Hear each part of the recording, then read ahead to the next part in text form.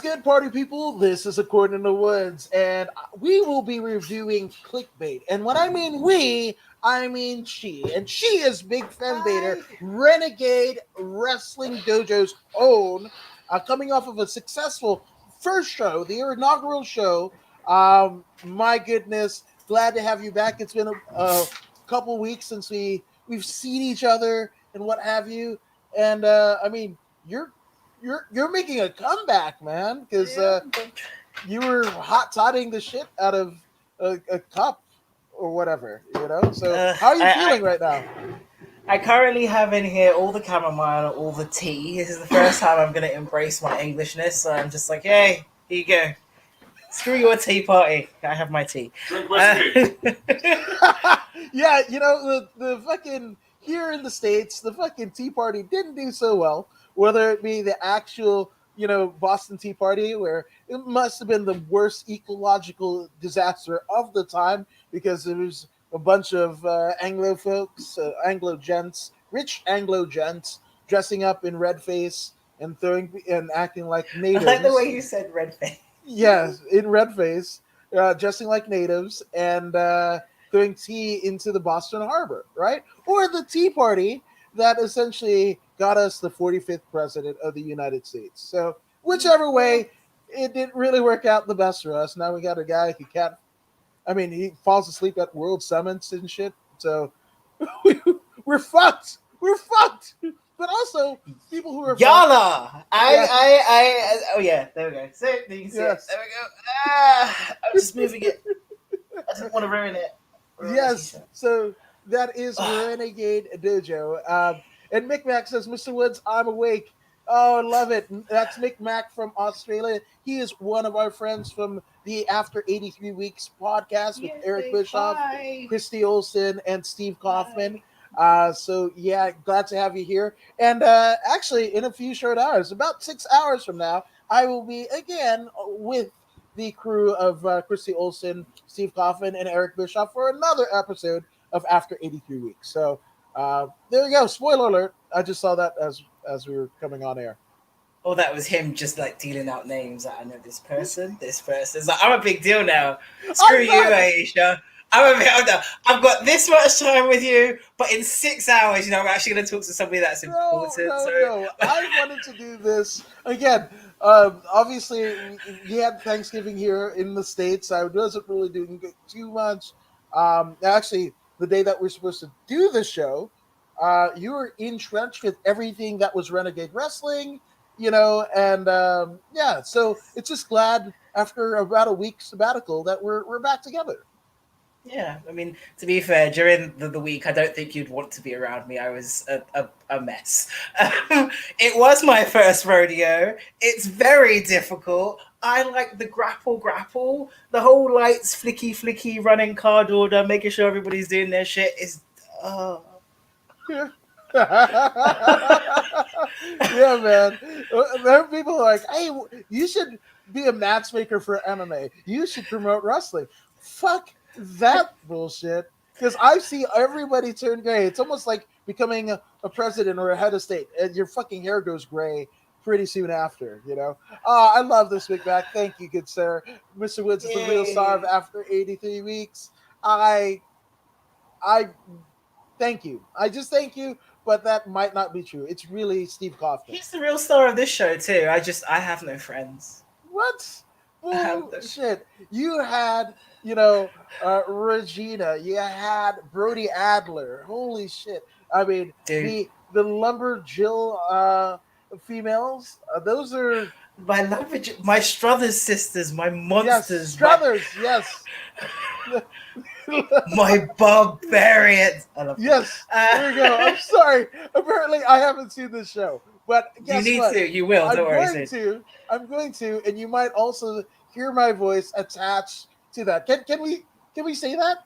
Yes, we can. For the moment, unless I fuck shit up, which I hope not to do.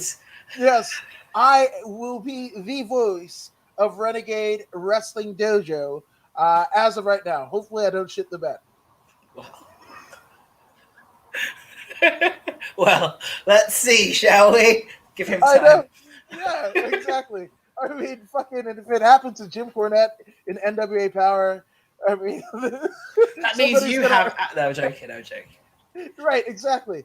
But I don't make those jokes, so I should be okay. But theoretically, I don't know. It gets weird. But the Struthers, fuck yeah, you guys. I'm scared as shit of you. I've never been so scared of a wrestler since fucking Undertaker '93 when he was putting motherfuckers in body bags. Dude, I showed my wife. My wife didn't know anything of it. She's like, "Why? Why didn't you like the lights off?" And I was like, "Because the Undertaker." Yeah, I feel like I'm gonna get a gong and whatever the fuck. And yeah, and then I showed her fucking Ultimate Warrior getting on the fucking funeral parlor, and they trap his ass in the fucking the casket and whatever, and she was just like, no, they did it. And I was like, see, that's the power of fucking wrestling. So I'm trying to tell you for 15 years, that's the power of wrestling. Where you exactly. That's what did it for you, even though how ridiculous it was at one point in time. We'll definitely talk about what we actually came here for. But Yeah. wrestling. Uh, when they strung Stephanie up on that makeshift T-cross thing, I was just like, no. Too far. Too far. Too far. Too far. Oh, come on. I remember hearing about one of my favorite mixed martial artists of all time, UFC Hall of Famer, former NWA champion, former UFC champion, and tournament winner, the Beast, Dan Severn, right? That they wanted him to fucking have like 666 across his head. You've got a motherfucker who literally has wins over Dr. Death, Steve Williams. No, I'm sorry. Cal Jack. Cal Jack is dad. Clayton Jack's dad. Clayton Jack used to be on NXT, right? And I think he did a team with Jody Christopherson, right, in kind of the early days of the NXT. And Clayton Jack's dad basically has wins over Randy Couture, UFC Hall of Famer, right? Uh, fucking, I want to say Gary Albright, and then also fucking Dan Severn has a win over him, pinned his ass. I'm like, what the fuck? Why didn't your dad get into wrestling? And he's like, because I got into wrestling. I was like, touche, good sir, touche. It's a good answer. Yeah, exactly. And does Alicia like cricket? Do you? My grandfather loved cricket, and because he loved it so much, I don't like it. It's like my mum loves tennis. I despise tennis. Love Serena and Venus. Despise tennis. Wow. I actually used to play. I had a pretty mean backhand in the day because my mom knew that the Williams sisters were coming about. I mean, that was pretty synonymous with my childhood, where like Arthur Ashe was still a thing, and then we had the Williams sisters, you know, of Compton and what have you. And I mean, I remember being wee small and seeing articles of them or them on the newspaper. I mean, on the TV and whatever. So it's no, it doesn't surprise me where they are and what they've accomplished thus far. But my mom was like, yeah. At the same time, my dad was from Indiana, and he actually, yeah, Indiana Jacksons, right? Gary, Indiana, whatever the fuck. And my dad was like, "You will become like me and play music." And so my mom is tennis, and my dad is music, and I don't go either way. But then my mom also did like the whole broadcasting. She wanted me to be like her dad in Fiji, and look what I'm You doing should have now. done all three. You would have been a three-trick pony. You would have been like everybody else. Jesus, a tennis playing musician podcaster? What the fuck?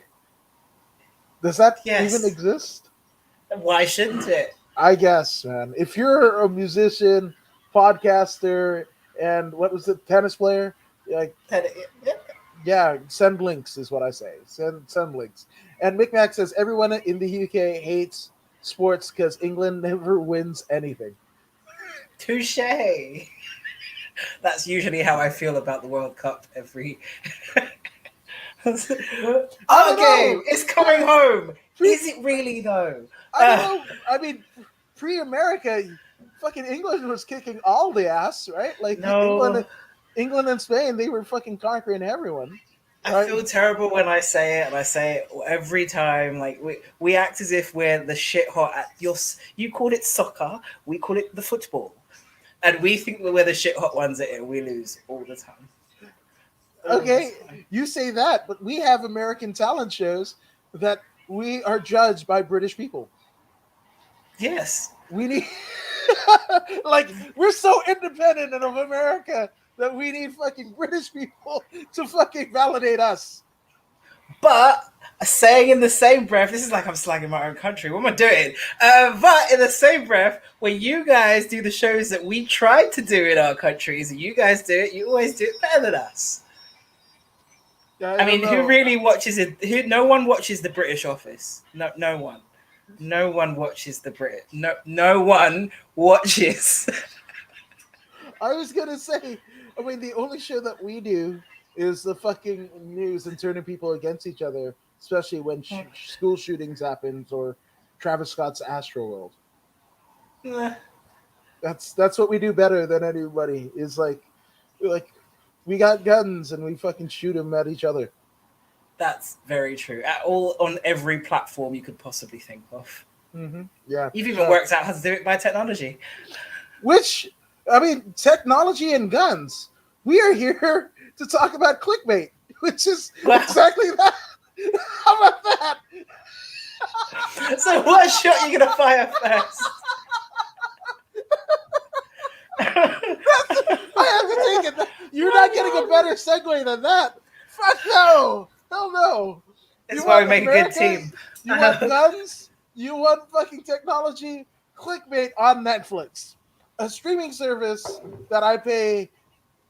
I consider canceling every month, especially with the price hikes. It's damn near $20 a month and whatever. And then they fucking do. They can not be hot. You know, it's like fucking WWE, right? Like right before WrestleMania season, fucking 50 weeks out of the year, they fucking are dog shit, and they get it together that last 2 fucking weeks. And I mean, they haven't done it in the last 2 years, mind you, but traditionally, we've all been inside. Everything's great when you can't. You've got nothing else to do. Fuck yes. And Australia does better SaaS than the UK. Do you agree or disagree? Now, Mick Mac is from Australia, so mind you. SaaS? So as in, what do you mean, SaaS? Okay, I thought SaaS. But no, I can't contest to that because I'm Caribbean, Black, and British. So I've got a mix of an attitude problem, apparently. Yeah. I do concur. I mean, you've got Fijian, Native, and I won't say American because, again, it wasn't America when the natives were here. So Native, but Cherokee tribe, Irish, and then there you go. You know, like tons of Afrocentric stuff here, even though it doesn't sound like it. But again, what does a person of that genealogy supposed to sound like? I don't know. Fucking A. But you know, speaking of like mixed racial everything, whatever. But SAS is a TV show. No, I have no idea what that is. Yeah, you got to. Now I want to search it. Yeah, absolutely. SAS. I mean, if it ain't a bunch of drag queens going like that, I'm disappointed because that's what I feel like SAS would be. It would be like drag queens in Australia. It's about ex-army officials.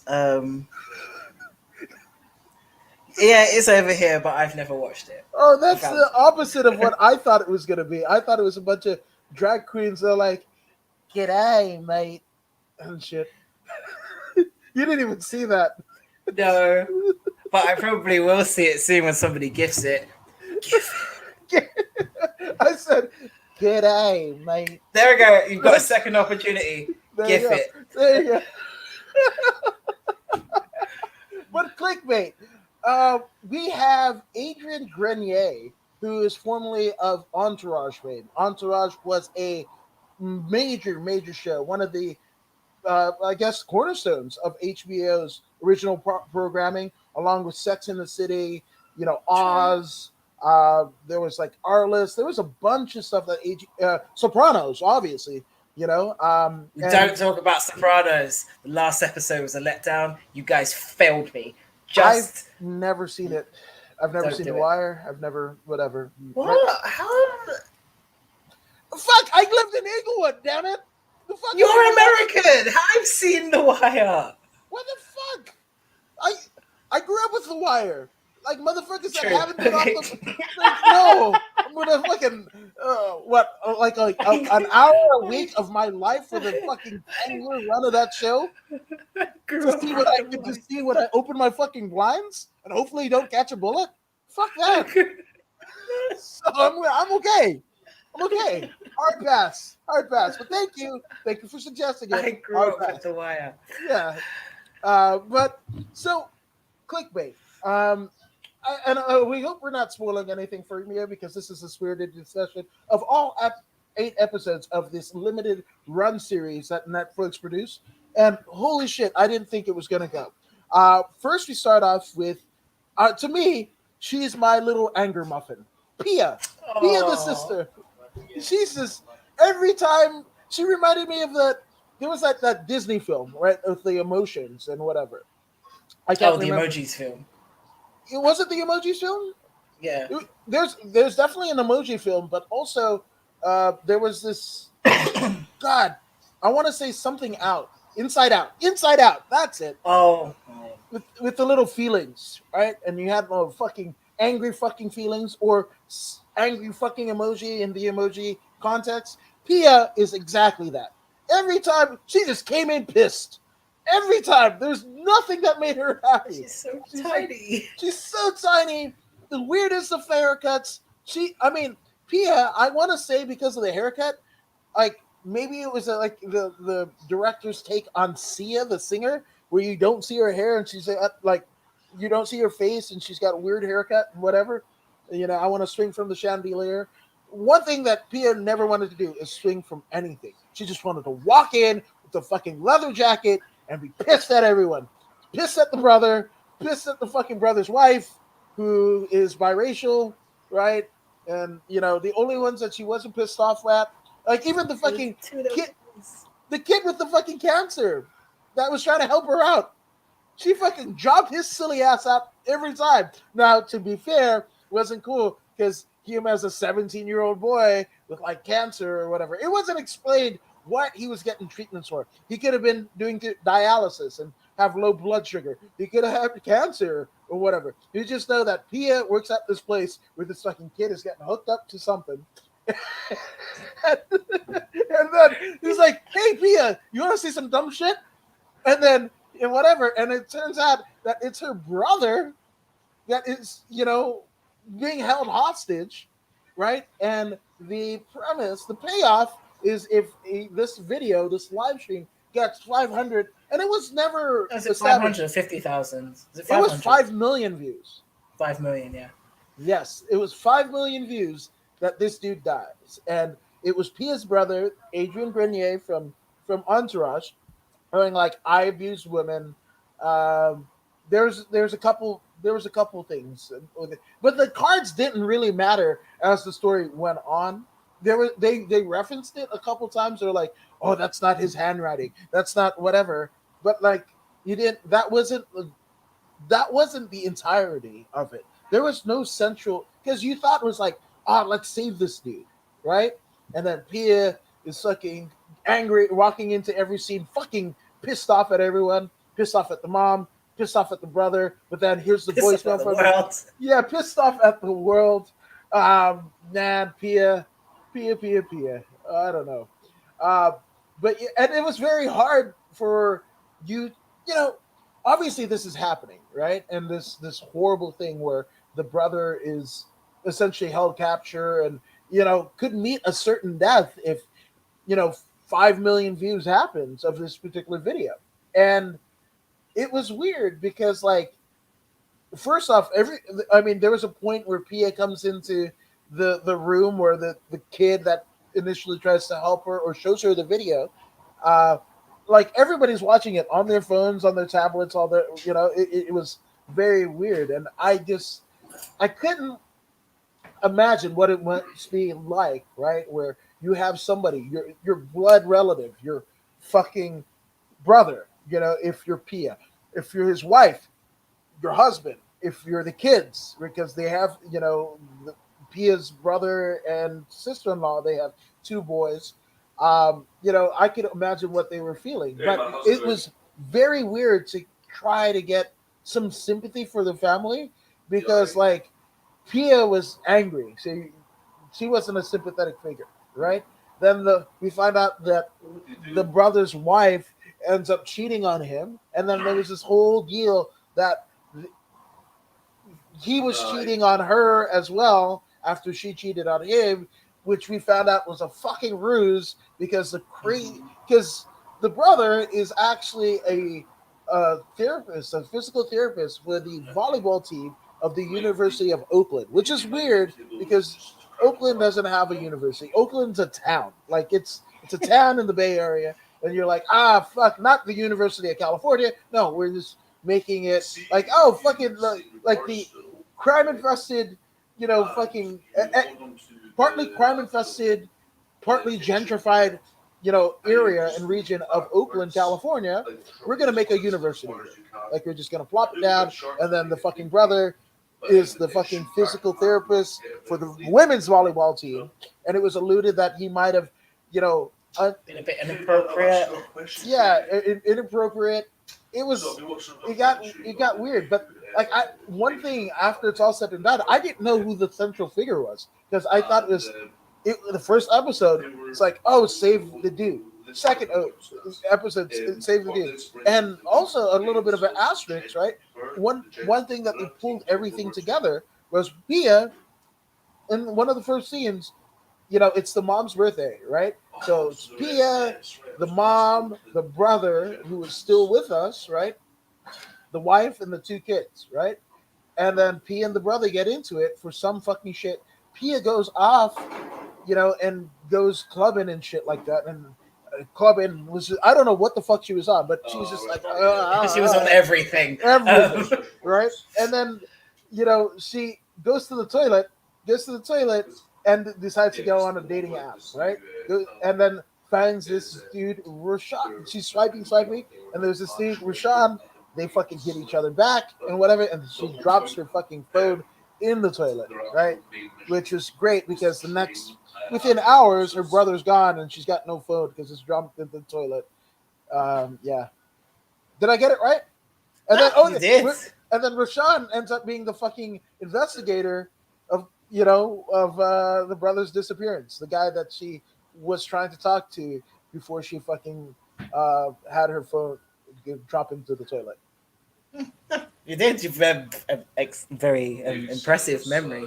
I mean, like you said, even like so from the first episode, it's told primarily from the perspective of just Pia, and every episode after that is done exactly that way. So you go from the sister to the detective to the sons to the wife, and like you said, you get to find out how everybody almost kind of intertwines within each other, and how you think that somebody is the actual either the suspect or the real victim or even the main character, and by the next episode that's completely changed, because when it comes to the second episode, as you see, everything else is flipped on its head. It's gone from everybody thinking that the husband was a complete victim and utterly totally almost just not innocent but the kidnapped, and then you find out that he may have sexually assaulted a few women or a few hundred women or just been chatting up women online inappropriately as if he shouldn't, and then you find out that he may have a secret life that apparently the rest of the family don't know about, but then you find out after that from the third episode that it's actually the wife. So it was just like every time I watched something changed. That was what made my head hurt a bit. And you were like, yeah, let's fucking do this one. I'm like, that hurts already. But fuck it, if I have to suffer through it, like, how about you? And you actually sold it up pretty good. It was like, oh, clickbait, whatever. And I was just like, you remember when we didn't review Wild Wild Country and you watched it, and we didn't review it because I got the COVID that fucking week. I was like, and then my internet stopped working, so they didn't want us to review it. No, this I think is done for a reason. Like you say, we're going to completely ruin spoilers for everybody going through every episode because it's just mean, as it's still on Netflix now. But even just talking about the general message of the whole thing, there's a scene which I don't know if you found this weird, but I did. I know social media is social media, but there's the scene when they find the body and everybody takes out their phone and starts filming. Did you not find that a little bit unrealistic at the same time? Like nobody had any emotion. She's standing there.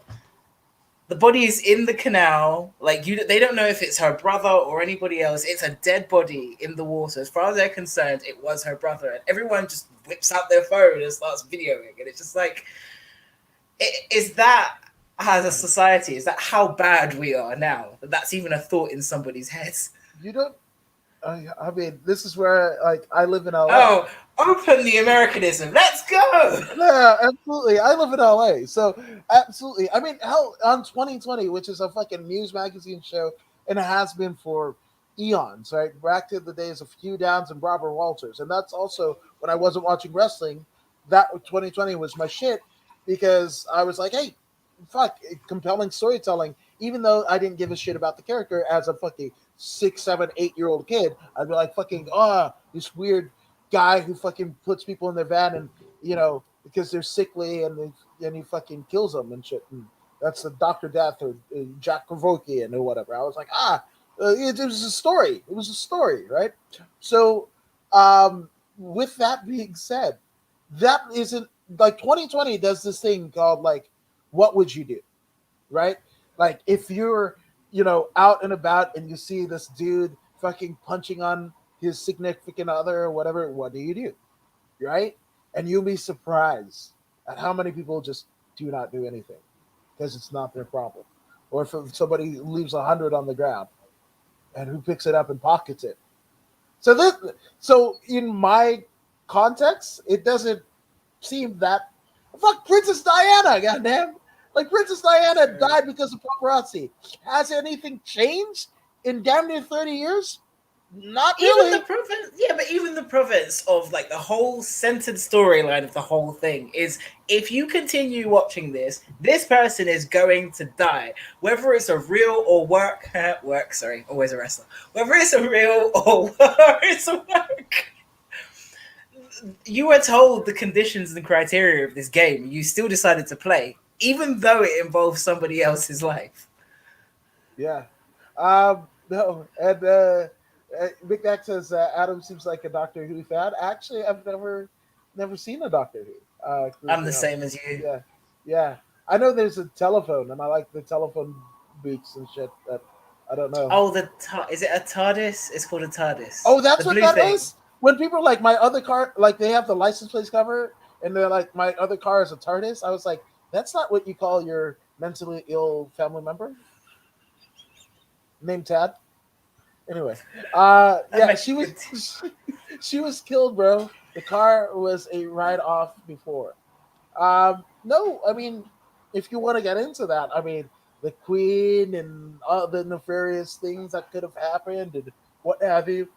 I was the original Fergie, Sarah Ferguson, like who is married to Prince Andrew. She's kind of they made her into like the John Jones of the day, the fucking coke and the whatever. But like she was fucking talking shit about Prince Andrew, her husband, eons before anybody heard of a Epstein Island or Epstein suicide himself. Right? So just saying. I don't want to get suicided either, so I'm gonna fucking bye. Yeah. And that's when you just see his camera just fade to black. I know it's like shit. You've seen the video because there you go. Social media will relate it back to clickbait and everything that happens. You've seen the social media that happens to the Chinese guy when COVID first came out. Have you seen which that video? what? The one No, that disappeared. no. Which one?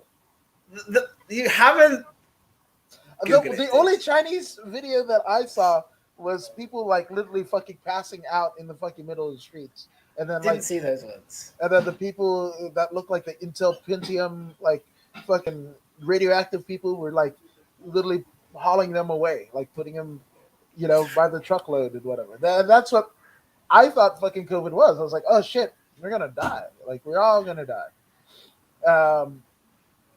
Some people died, R.I.P. But also a lot of people died in and I'm not trying to compare it, but also people died in Astroworld. People also died in school shootings. Like we just had one here in Michigan. Prayers out to the family or whatever. But like it's just fucking weird. Just weird. Shit is weird. Shit is weird, man. That's all I'm saying. Which going back to clickbait, right? So the I think it was what episode 3 or 4, right, where we actually found the body, right? Yes. And the way that he was versus did you notice an inconsistency of because when we found out in the last episode, episode 8, right, of how the brother slash husband, Adrian Ganre's character, I can't remember his name for the life of me. Just watched it. It was weird. But when they found his body, did Nick. you see any markings on his head? No. His name is Okay. Nick, by the way. But There you no. go. There was Okay. no markings on his head, and he also had none of the wounds that was actually in the video. Right. Okay. So you go back to the last episode where he gets bludgeoned with the hammer from the fucking secretary, fucking husband, the crazed secretary, right? That worked with him at the University of Oakland. That was kind of shitty towards him until she wasn't shitty towards him, or whatever. Well, guess what? The husband bludgeons Nick with the fucking hammer. Fuck one to the. I think it was like one to the back of the head, and then one to And to the the side. Was it the I, front of the I side? actually saw like a cut here, which is weird because when they found the body, didn't see that. He had no afflictions. Right. He was just blue. It looked like he drowned. That's what annoyed me as well. Yeah. Yeah.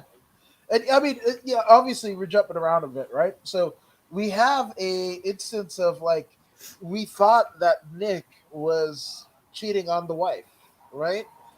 Um, and we even had some gal from L.A. We'll claim Yay. her, right? Who flew out from LA to Oakland because she wanted to see where he was, and they had a deal. We found out that her, along with another gal who committed suicide, was actually talking to the fucking secretary, right? Who's responsible for all of this shit, right? The talking to the secretary who basically made profiles on Nick's pictures because she had access to all of his emails and all of his files from work. So she basically photoshopped his shit with other girls and make it look like he was cheating on them, and then make the girls think that they were in love with him. The one girl from LA literally put it in her mind that that happened, even though she might have been off a little bit in terms of her mental status. Yeah, but they were all off in terms of the mental. That's the sad thing about that whole horrible intertwinal web. Those was it 3 women that were on that Tinder site or two, three, I was two, definitely three, two, three. but there could have been a third. But the women that were on that site, they were all kind of living in their own world, like you said. Like when they found out about all of them individually, every woman had the perception that they had already spoken to Nick, but no one had actually physically either seen him or actually really spoken to him. And not only that, but the actual secretary, in her head, she created this own preparation of her own little world that she was around people that cared about her, or that she was actually these little tiny friendships or these tiny um, interactions that she's had with people online, they were actually her friends and then they cared about her. It kind of made it worse because when you kind of see the struggle between the relationship of her and her husband, you feel sorry for the husband. Like he basically committed manslaughter. No, was that murder or manslaughter? I mean, he slaughtered a man, Well, so I'm going yeah, with that. But he was, but also that manslaughter, it was a murder. So I don't know. but he did all of that and he had nothing to do with it at all. That poor husband. Like, apart from, okay, almost kidnapping and threatening to kill a child, that's a little bit far in itself. But everybody in that kind of circle, especially when it came to the end, they were all living in their own little worlds. And the only person who was kind of living in reality was him until his wife drew him into complete insanity. Yeah, 100%. The kids, the Kai and what was the other gent's name? Oh, what was the name? Because I remember Oh, Kai because in the episode, hair. yeah, well, both of them had the hair, but I mean, Kai ends up getting fucking shot by the fucking crazed couple or whatever, and like anybody this, you would have thought like the fucking older brother would have took the bullet and whatever.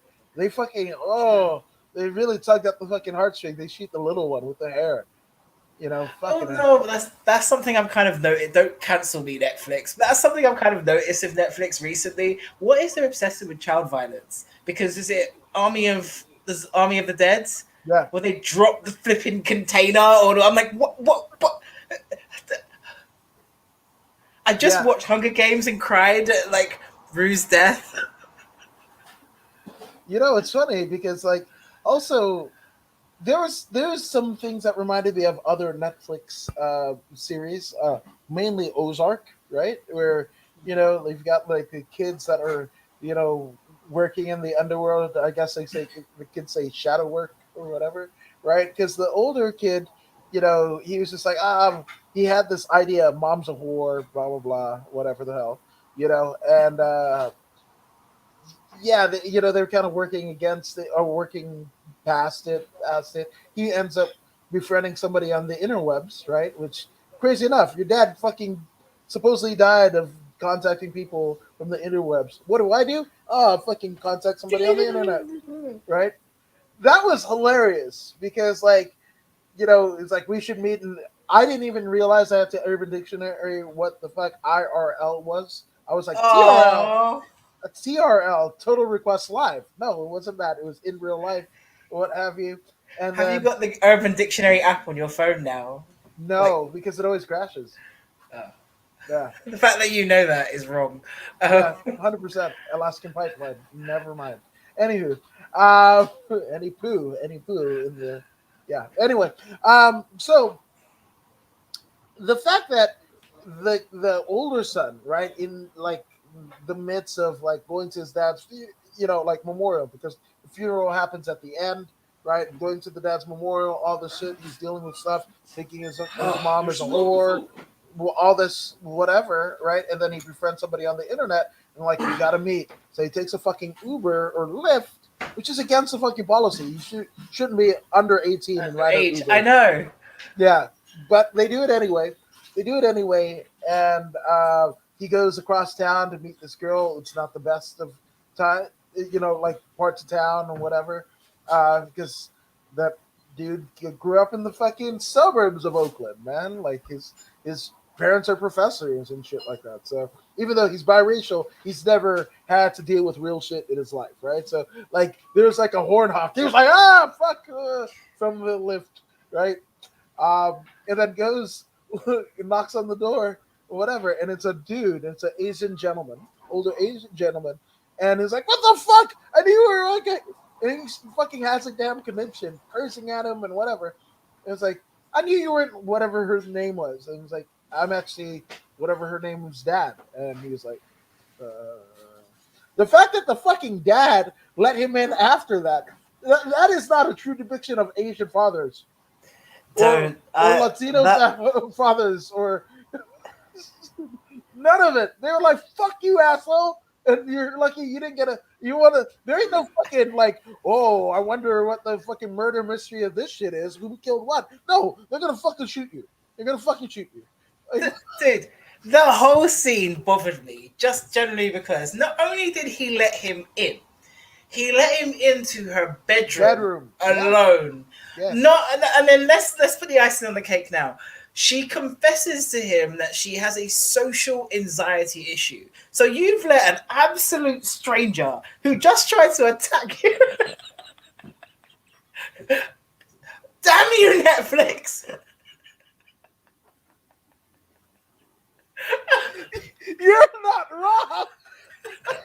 I thought that. I didn't say no. You're not wrong. This is exactly what happens.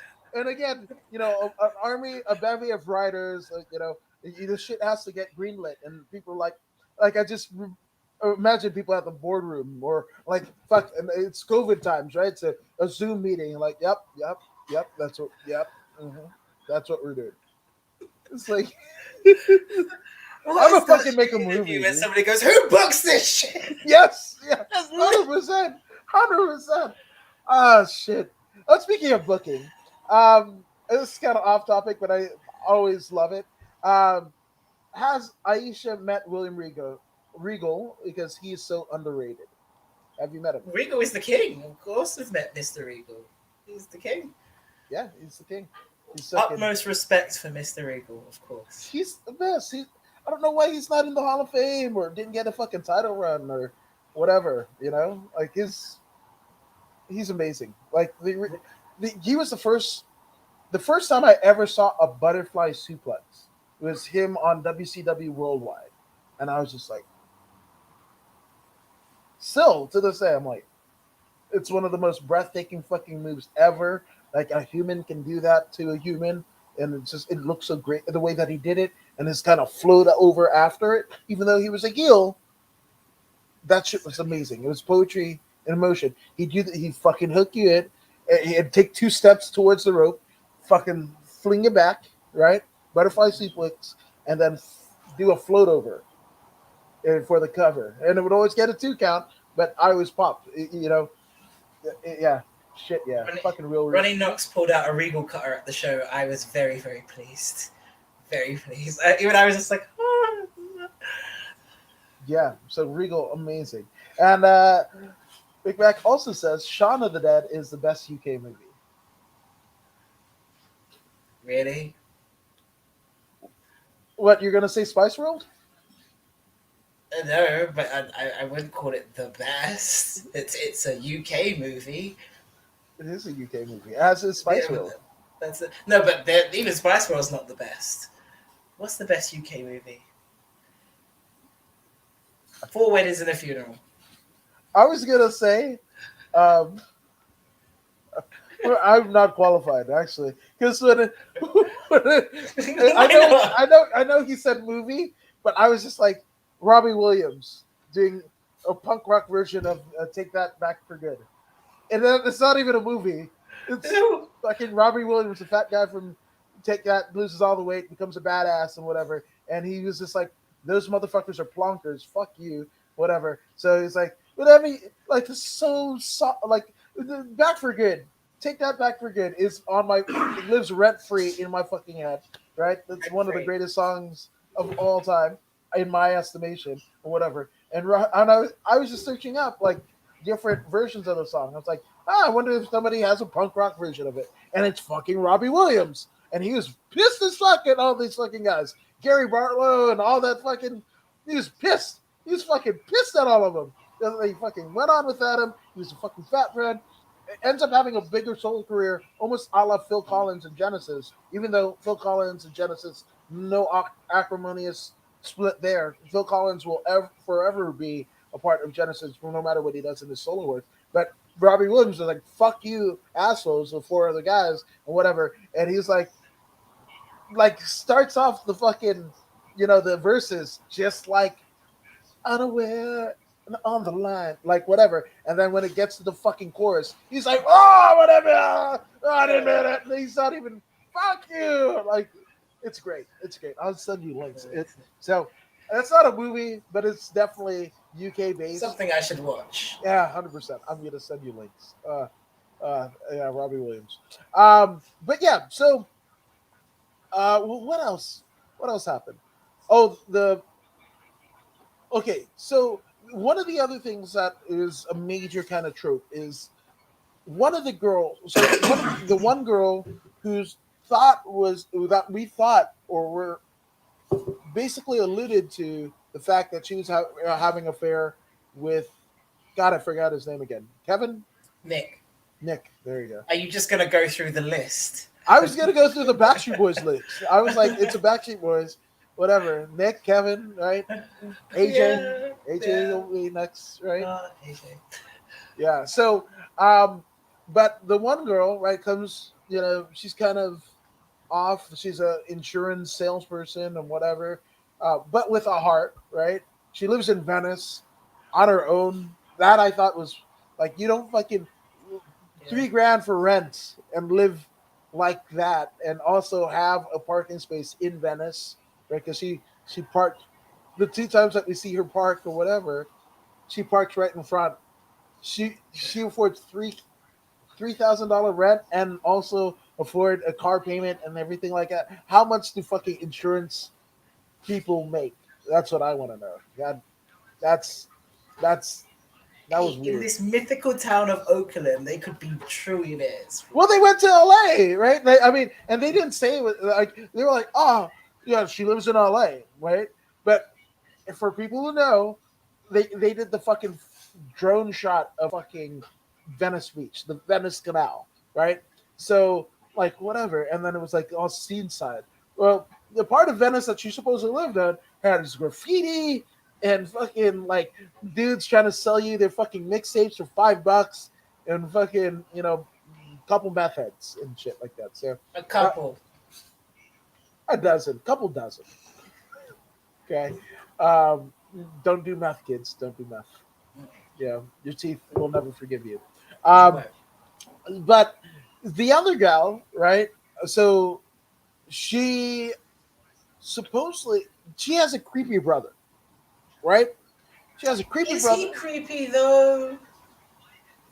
Okay, let's He's see you not. humanize the fucking brother. Let's see this. I want to hear it. Okay, he works for an intel association, which in itself it's not creepy, but he basically works for a surveillance company.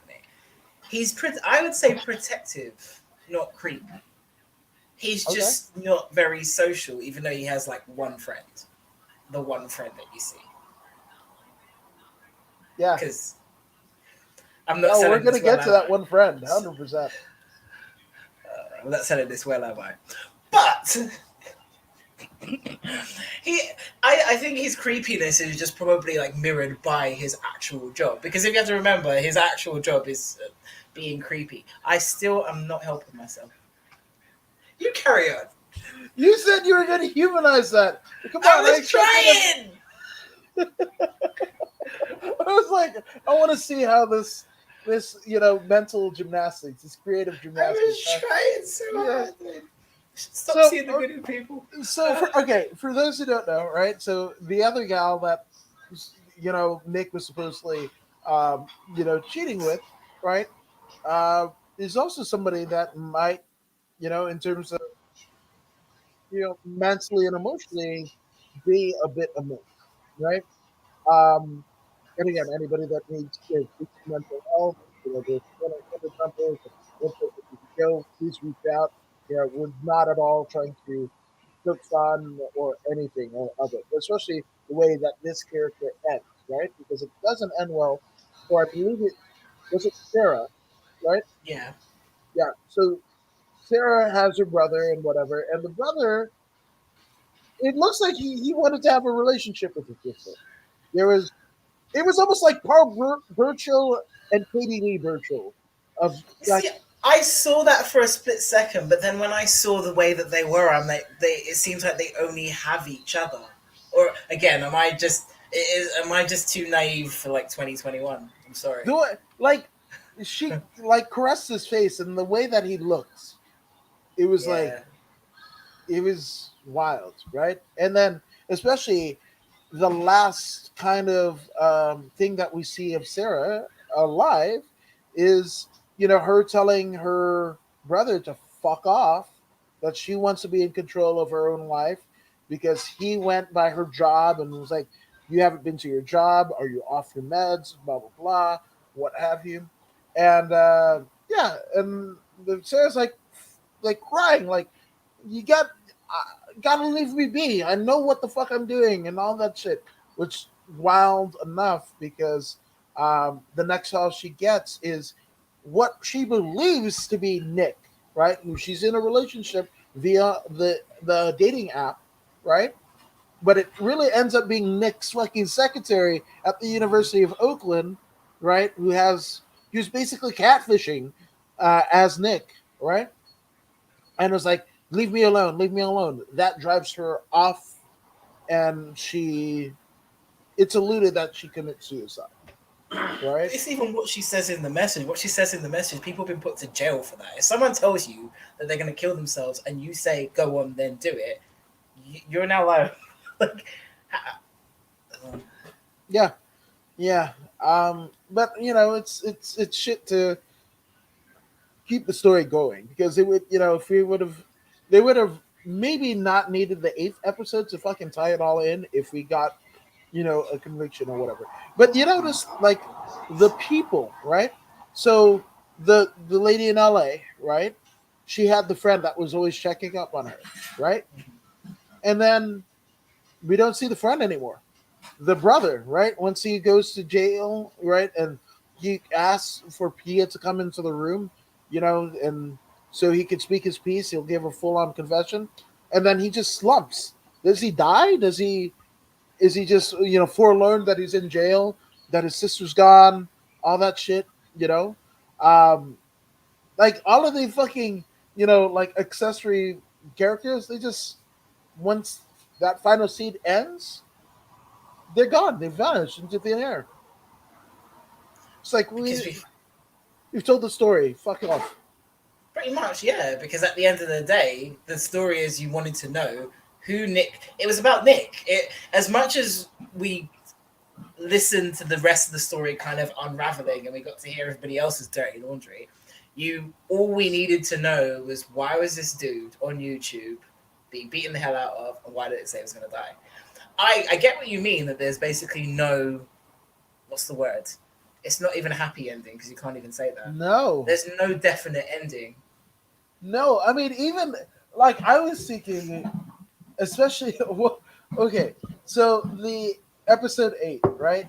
The fucking secretary, the son. I mean, the secretary, the husband, kidnapped Kai, the youngest son of Nick and Sophie, right? And take him to this fucking ranch place or whatever. Kai ends up getting shot in the fucking leg, but still makes a hasty retreat. Fucking, kind of goads them out of the trailer. They were in a trailer. The fucking husband shoots from the trailer, whatever. Um, Kai goes down, and then by the time they get out of the trailer, Kai's gone or whatever. And they see a bullet hole against a barrel of some sort, right? And then next thing you see Kai limping, and like, oh shit, he really did get shot, right? Now this whole process happens, and then what ends up happening is the husband suicide by cop. He has Kai hostage, whatever, and the whole everyone is there. Which Roshan, the fucking the um, investigator who also he did missing persons, and then now he's a part of the homicide division, which he wanted to do and everything. Even Roshan has a kid, right? They said fuck off to the kid, fuck off to the ex-wife, fuck off to the ex-wife's new beau that they meet at a mosque, during a holy time. They just said fuck off, like when they were done with them. They just like, okay, bye, end scene. Um, you know, so there's a standoff, right? And Roshan is with fucking Pia, who's now she's not angry. She's scared. She's legitimately scared. Sophie, Nick's wife, Kai's mom, right? And they're all kind of huddled in this fucking like weird SWAT fucking standoff with the husband, and they also have the wife who they apprehended earlier, right?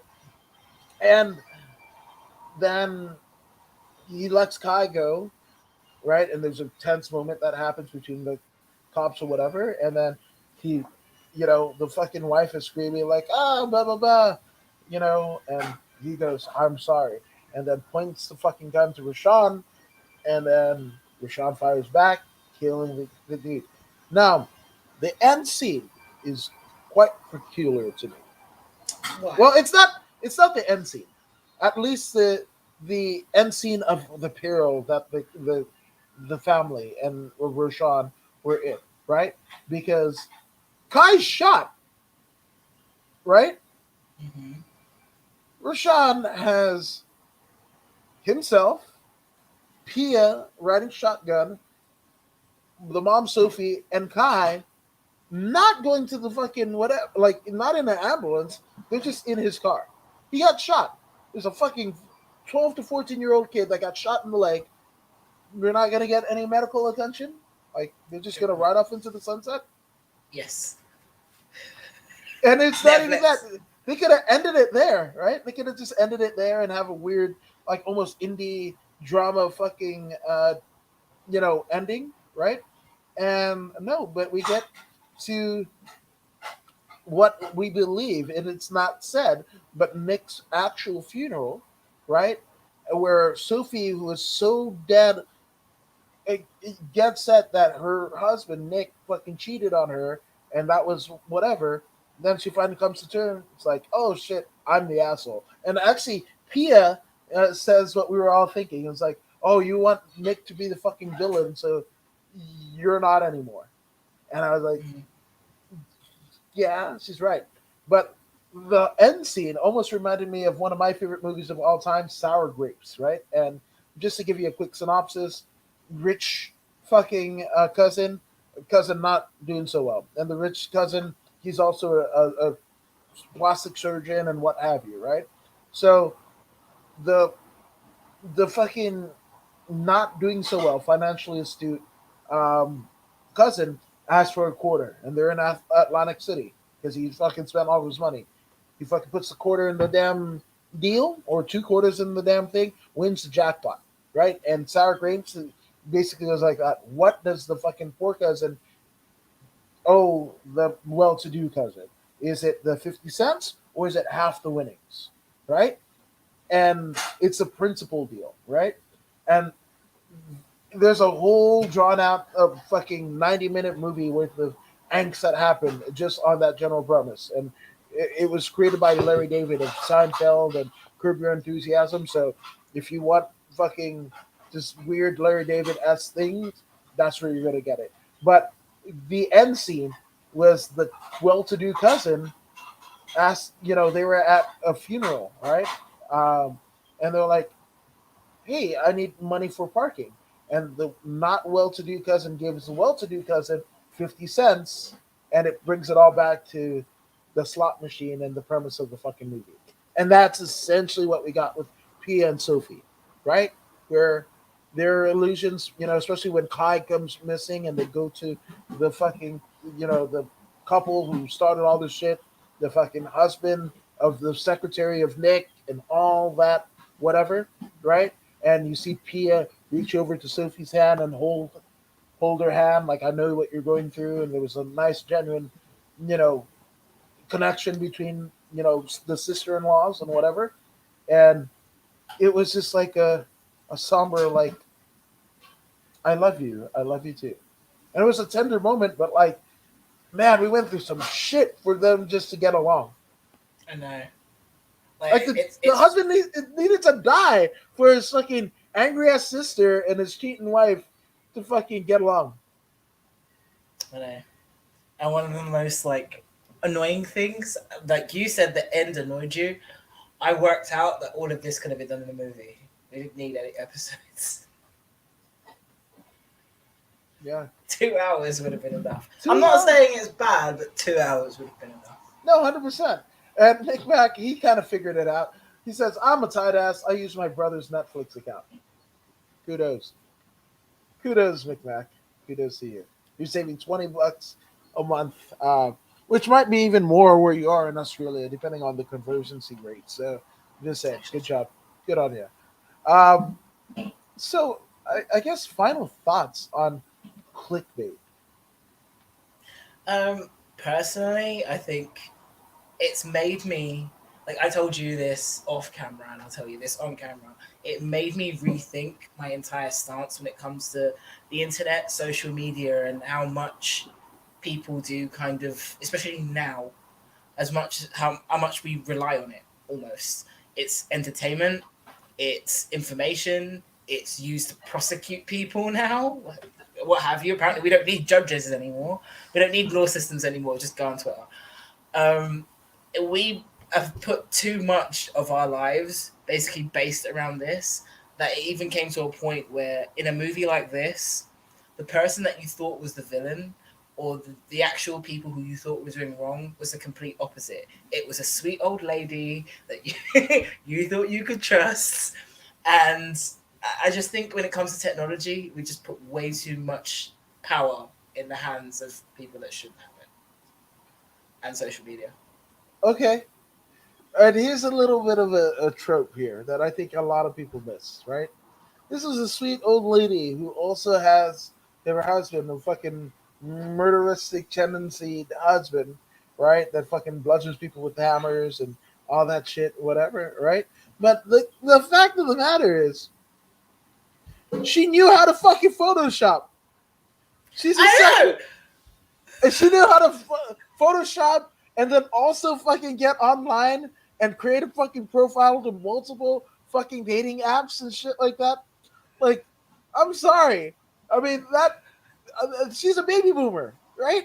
There aren't unless you really work in the fucking industry of like where you have to. You're an animator, you're a fucking editor, you're whatever. Like that is not something that you just traditionally know, right? True. Like I knew people that worked for FedEx office, the former Kinkos, right? And we would have to, we're creating fucking, 8x10s, or I mean, like not 8x10s, but 24 by 36 inch photos for people's memorial, right? And I mean, if to the untrained eye, there's some fucking blemishes that happen or whatever, and that's that. That's 20-something-year-old kids straight out of college and shit like that, and they fuck up some people's funeral pamphlets and the picture that they put, right? So this fucking 60, almost 70-year-old woman knew how to a Photoshop, b fucking post it on the media, right, and do it multiple times. I mean, fuck the fact that she even knew how to connect to the internet. Goddamn. Like the Internet. reason She why, knew what an IP address was and what how to yes, like VIPs and I was like VMPs. And I was just like, how? I literally just had to explain that to my partner the other day. There is no way. yeah. I mean, one of the there are people there. I can't remember what pay per view it was, but there are actually people who still buy traditional WWE pay per views at $60 a pop. You know why? Because they don't have internet in their area. There are places in the United States they got shit reception, or it's just shit reception, or they don't know how to use it at all. Right? Like listen to Jim Ross, listen to Jerry Briscoe. The fact that Jerry Briscoe's even on Twitter, fuck man, Jerry Briscoe in his 70s, right? But that's the best you're gonna get. IP addresses and setting up fake profiles and fucking it's totally a mess, right? So my final thought is it's not so much the social media, right? Because it's it's pro and con, whatever the fuck you do, right? Because social media of a different age was a newspaper, a radio, right? There was a meme that I saw years ago of like people on their phones, right? On the bus or on a train on their way from work, and then of generations previous of guys looking at the fucking paper on the plane, on the train, on the bus, and whatever, and it was the same fucking thing. No matter what it is, it could be radio, it could be religion, it could be whatever the fuck. People are gonna go hard in the paint with whatever the fuck that is, right? But for me, I'm actually like the new technology of like deep fakes. You don't know if you could if you they've got it pitch perfect.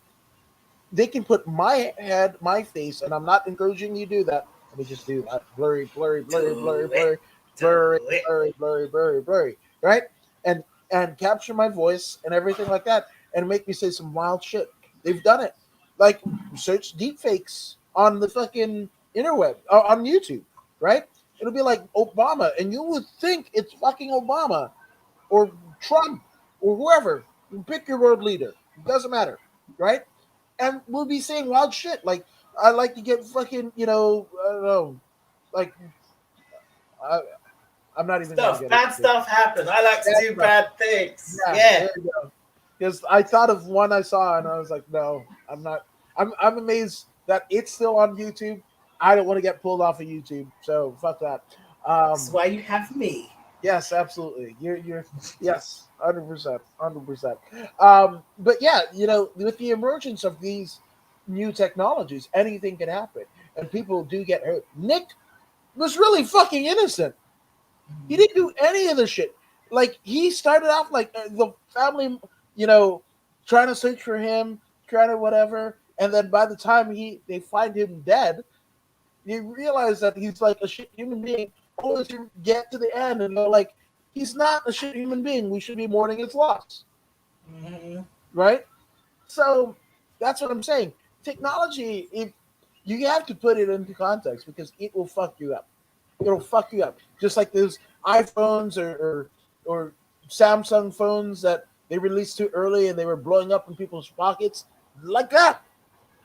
If you don't fucking realize or get that shit together, it's a place where if you are of a certain age, you used to read the Encyclopedia Britannica to find out shit and flip through the pages of National Geographic.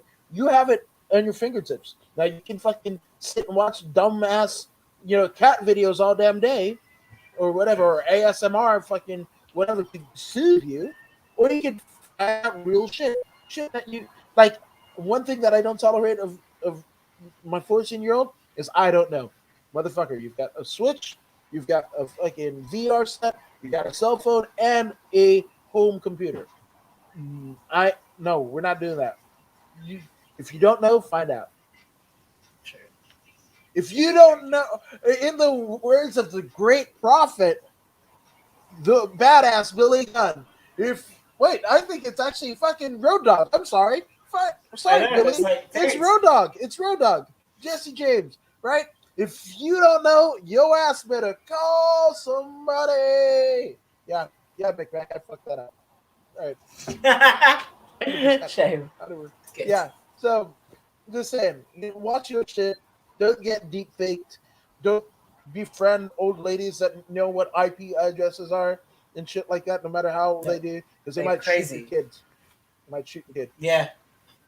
So, speaking of straight shooting, you guys were straight shooting on Saturday with the inaugural Renegade Wrestling events. Amazing deal. So, for people that want to get more familiar with you, Renegade, and everything that you're doing, where can they do that on the interwebs? Or as usual with me, you can type in at BigFemVader into every social media platform you could possibly have. And now, brand new, you can type in the RW Dojo and you will see all the amazing things we have in store for Renegade Wrestling and the Renegade Wrestling Dojo. Fuck yes, I'm with it, man. I just love amazing wrestling promotions. This one just happens to be females, but also females that are some of the most ardent connoisseurs and students of the game. So I'm absolutely thrilled to just play a very very small part in it, but it's all of guys, you gals that are taking the bumps. Regina's coming from like Iceland and shit. You guys are Finland! Finland. Don't have her drop kick you in the face. I don't want her to drop kick me anywhere. It's just she might put a spell on me, some shit. I She is think terrifying. yeah. Regina, we're friends. We're friends. Never forget. But yeah, I'm According to Woods. You find the According to Woods podcast on a lot of social medias. Just did the Twitter, so now this very podcast you can watch on Twitter, on Facebook, on Twitch, on YouTube. Yeah, and then later I got Bischoff. But follow the Instagram. Dumb shit memes is what I got. I got podcasts and dumb shit memes. So I am absolutely the very thing that I try to negate against. I am dumb shit cat videos and people fucking up. So yeah, just right, right. Yeah, All he's right, right. all right. You guys be good. We'll see you later. Subscribe to the podcast, but Zeta Zhang is going to convince you as well. Hey, this is